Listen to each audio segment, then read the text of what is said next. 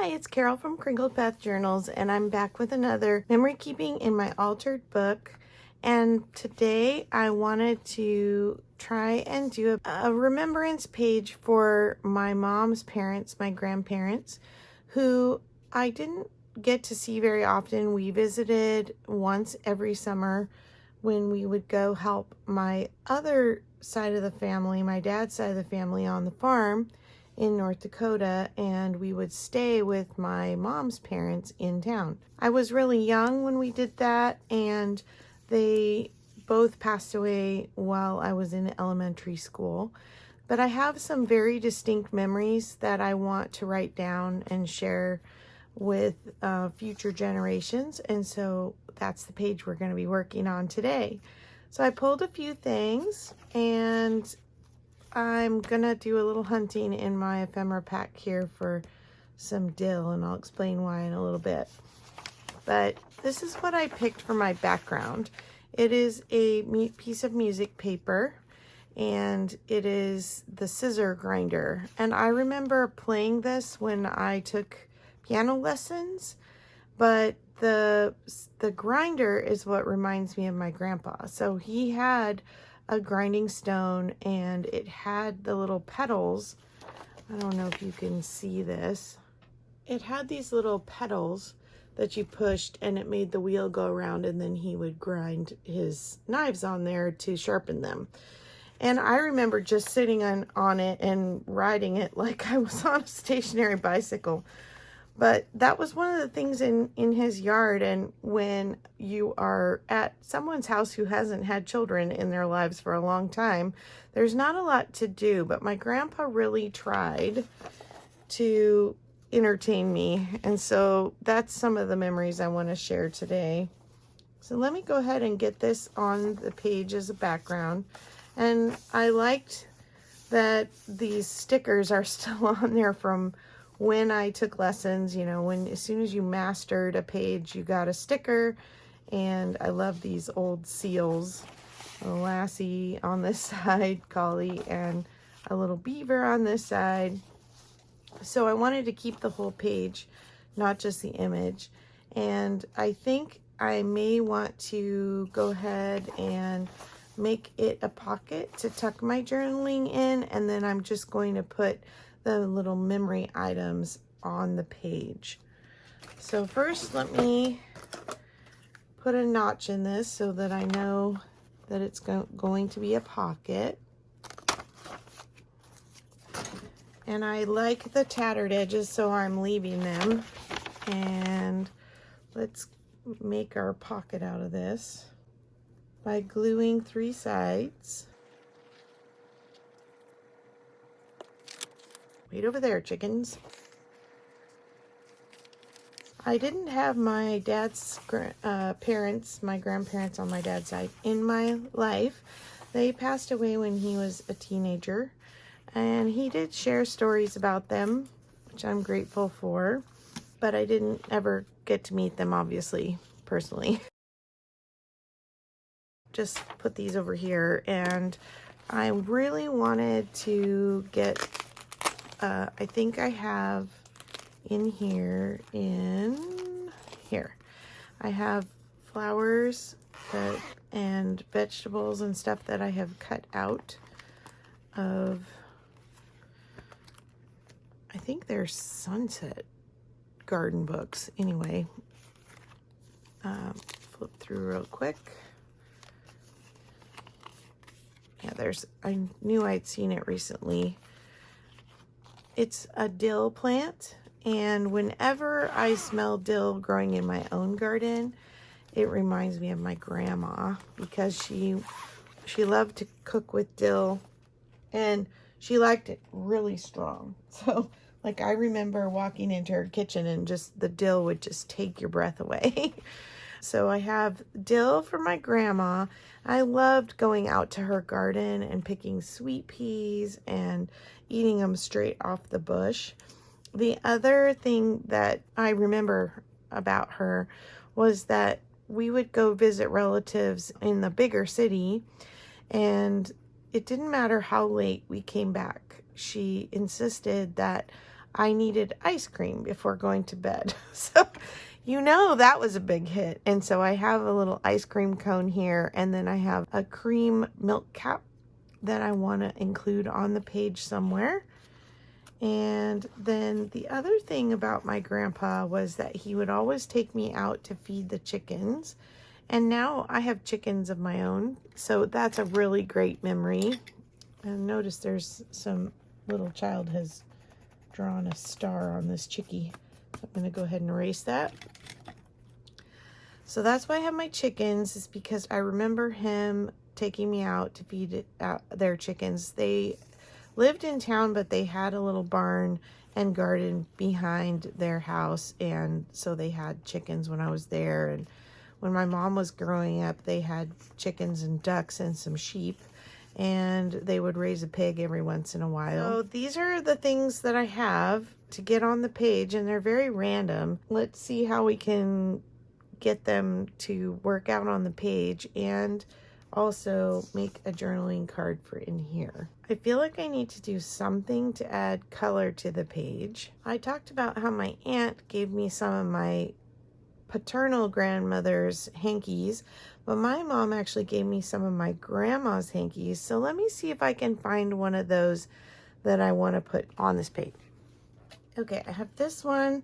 It's quite badly stained, but the edging is really cute. It's got some wear where it's coming away, but I think maybe I can use it as a border and take the center out where it's badly stained.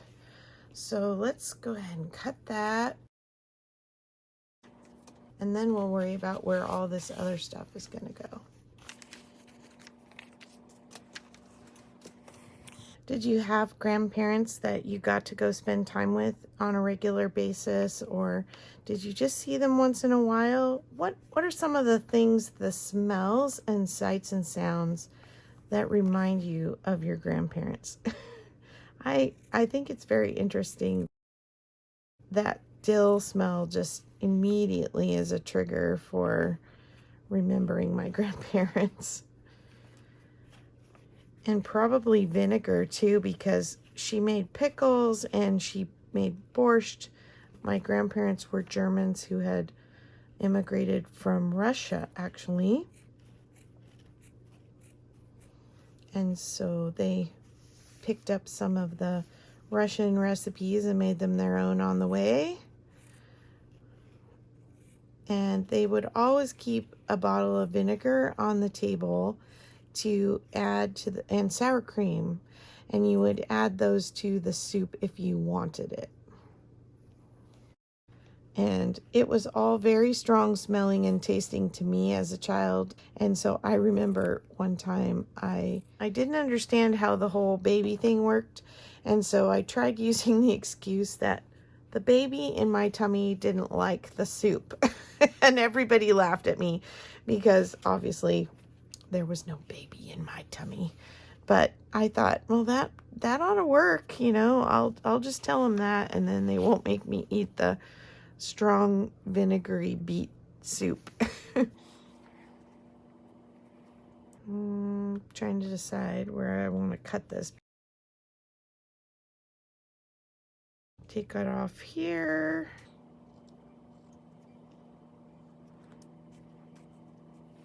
And then I got to cut this in more so that my grinder shows.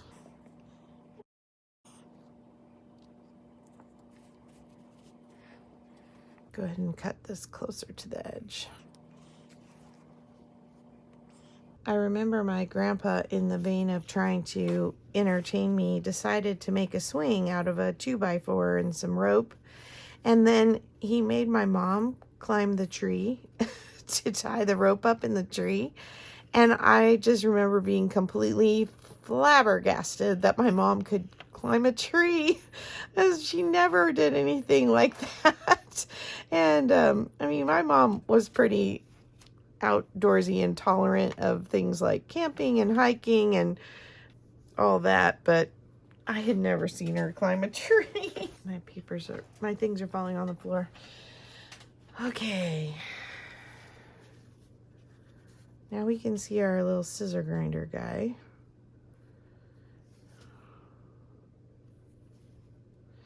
The stitching on this seems backwards, like you see more stitching and the turned over edge on this side, but the flowers are definitely on this side, but that's just the way it was made, I guess. I think these little girls in the corner are so cute. I think I'm going to cut just a little more off, especially since there's more of it that's stained. I'm not worrying about precision too much here.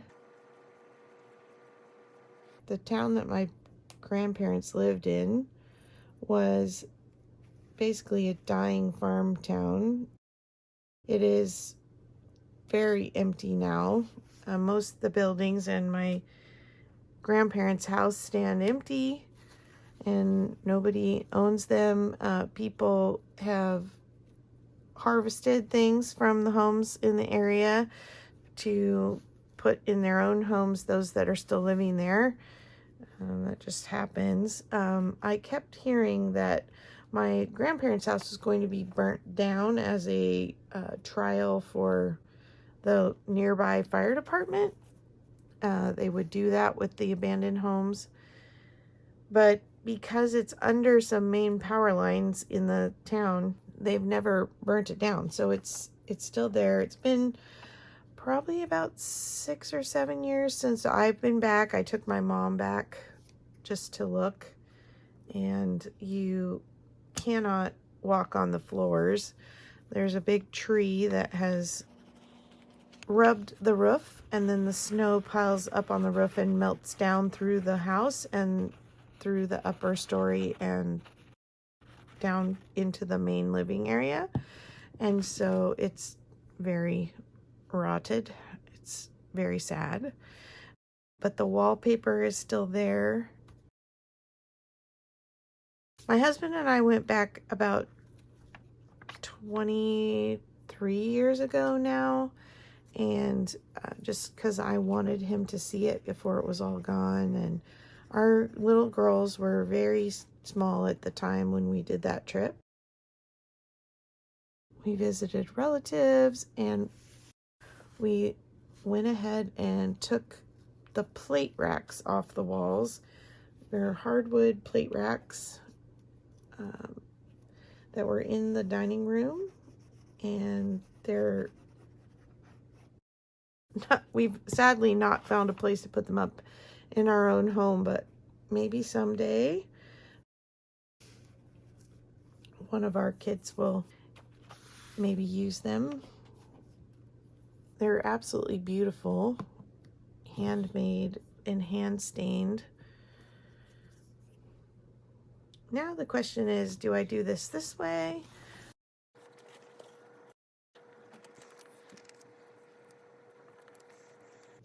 Chickens. Maybe I just want one. Maybe I will fussy cut these a little bit so that they match the others. Go ahead and speed this up.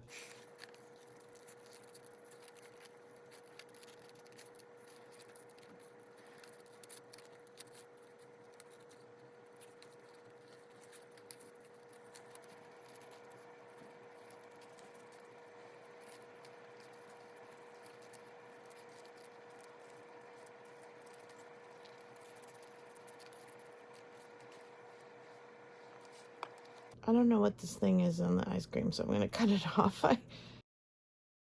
Yeah, she definitely did the most plain Jane vanilla ice cream for me, but it was so purely delicious from the local dairy and very fresh made, and I can still taste it in my mind.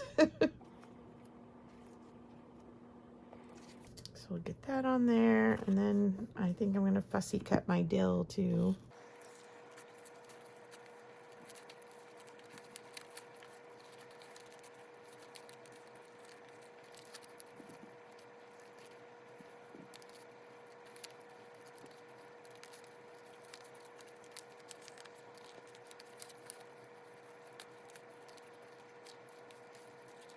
Okay, that's a little better.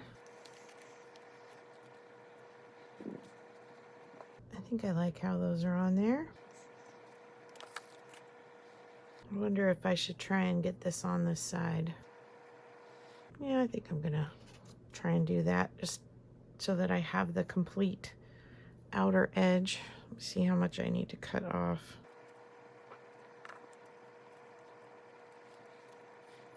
This is making me think about the fact that I need to question my much older brother, much older. They won't appreciate that. My older brother and sister, they're 9 and 12 years older, about 9, 10. And I'm curious what their memories of my grandparents are, because they got to visit them more years, obviously. I think if I stretch it when I glue it down. Let's see. I was the youngest grandchild on both sides of the family, and so most of my cousins were my age. My second cousins were my age, I should say.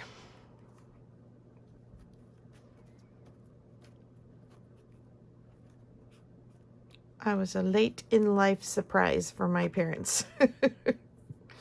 A miracle of sorts, because they weren't supposed to be able to have any more children after my sister was born, medically reasons. But lo and behold, it happened. Imagine your surprise after over 9 years of not using any kind of methods to keep from getting pregnant, and then, you know, because you were told that would just never physically happen. I think they were a little shocked at first, but they both expressed appreciation for having me at some point, especially in their older years, because I've been able to help them quite a bit. And I'm grateful to be able to do that. Okay, where do I want this? Because I don't know that we want it to fold, but I don't want to completely cover Lassie. I don't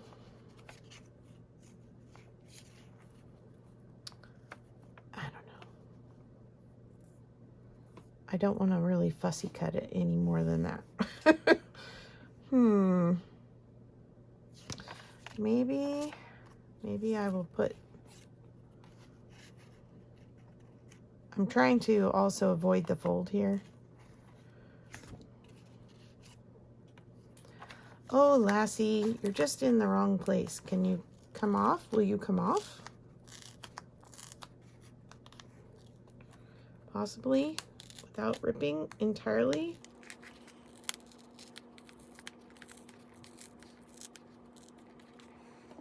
I need dental floss. When I redid my parents' photo albums, and they had glued things in with flour paste glue, and it did not want to come off. And so somebody on a heritage photo site said to use dental floss to run it under the picture so that it would just break up the glue and not the photo itself. And it worked.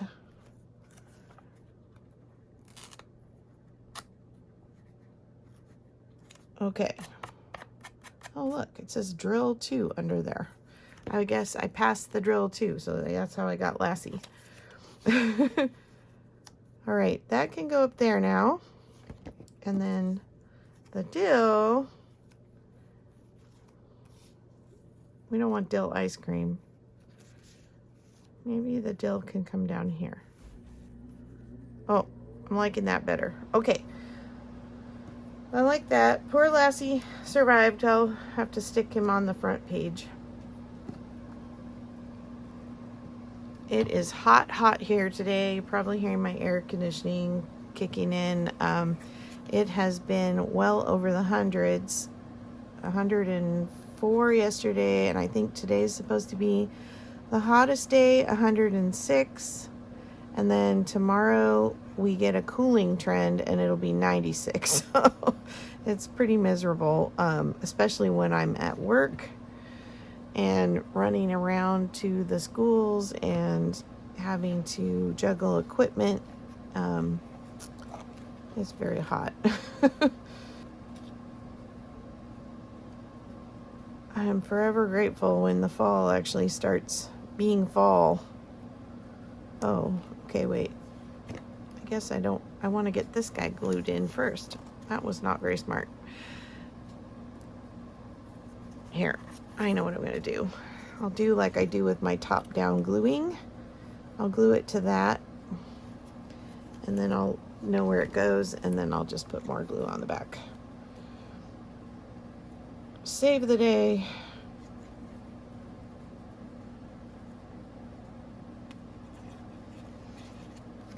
I get talking and then I do things backwards.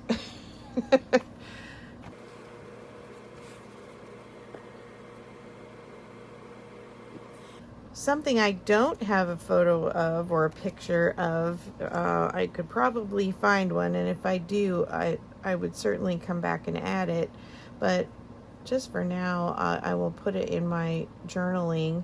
But the other thing I remember doing at my grandparents' was laundry in an old washing machine that they would take outside and hook a garden hose to, and then the tub would scrub it, just like had some kind of agitator in it, and after it was washed, you ran it through the wringer on the top. And I know that those wringers are pretty dangerous for kids to operate, and my grandma watched me like a hawk, but I think she fed the things in and then I turned the crank for her. But I remember that old washer and finding it so funny to do laundry outside. And, I never thought as a little kid, I had to have been under 8, 10 years old when we do that. I never thought to ask what she did in the dead of winter when it was 40 below. I suppose she just did it in the kitchen or something. But she always had a million things cooking and canning in the kitchen in the summer, trying to get her garden stuff set up. And so that's what I remember about the kitchen was always crowded with all these things. And their house was tiny by today's standards, but I loved their little tiny staircase that went up to the second story. And I wish somebody stole the banister. I wish that I could have taken the banister, but I don't have a second story, so I don't know where I would have used it.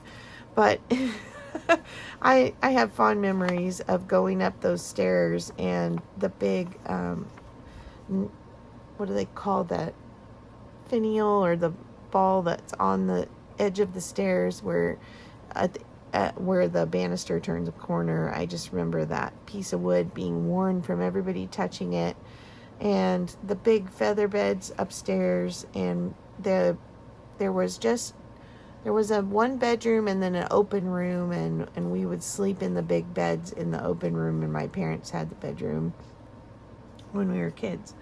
So lots of fond memories of going and visiting there, and I'm glad I got a few things on the page that remind me of them, and I'm going to go ahead and do my journaling off screen and then tuck it in this pocket.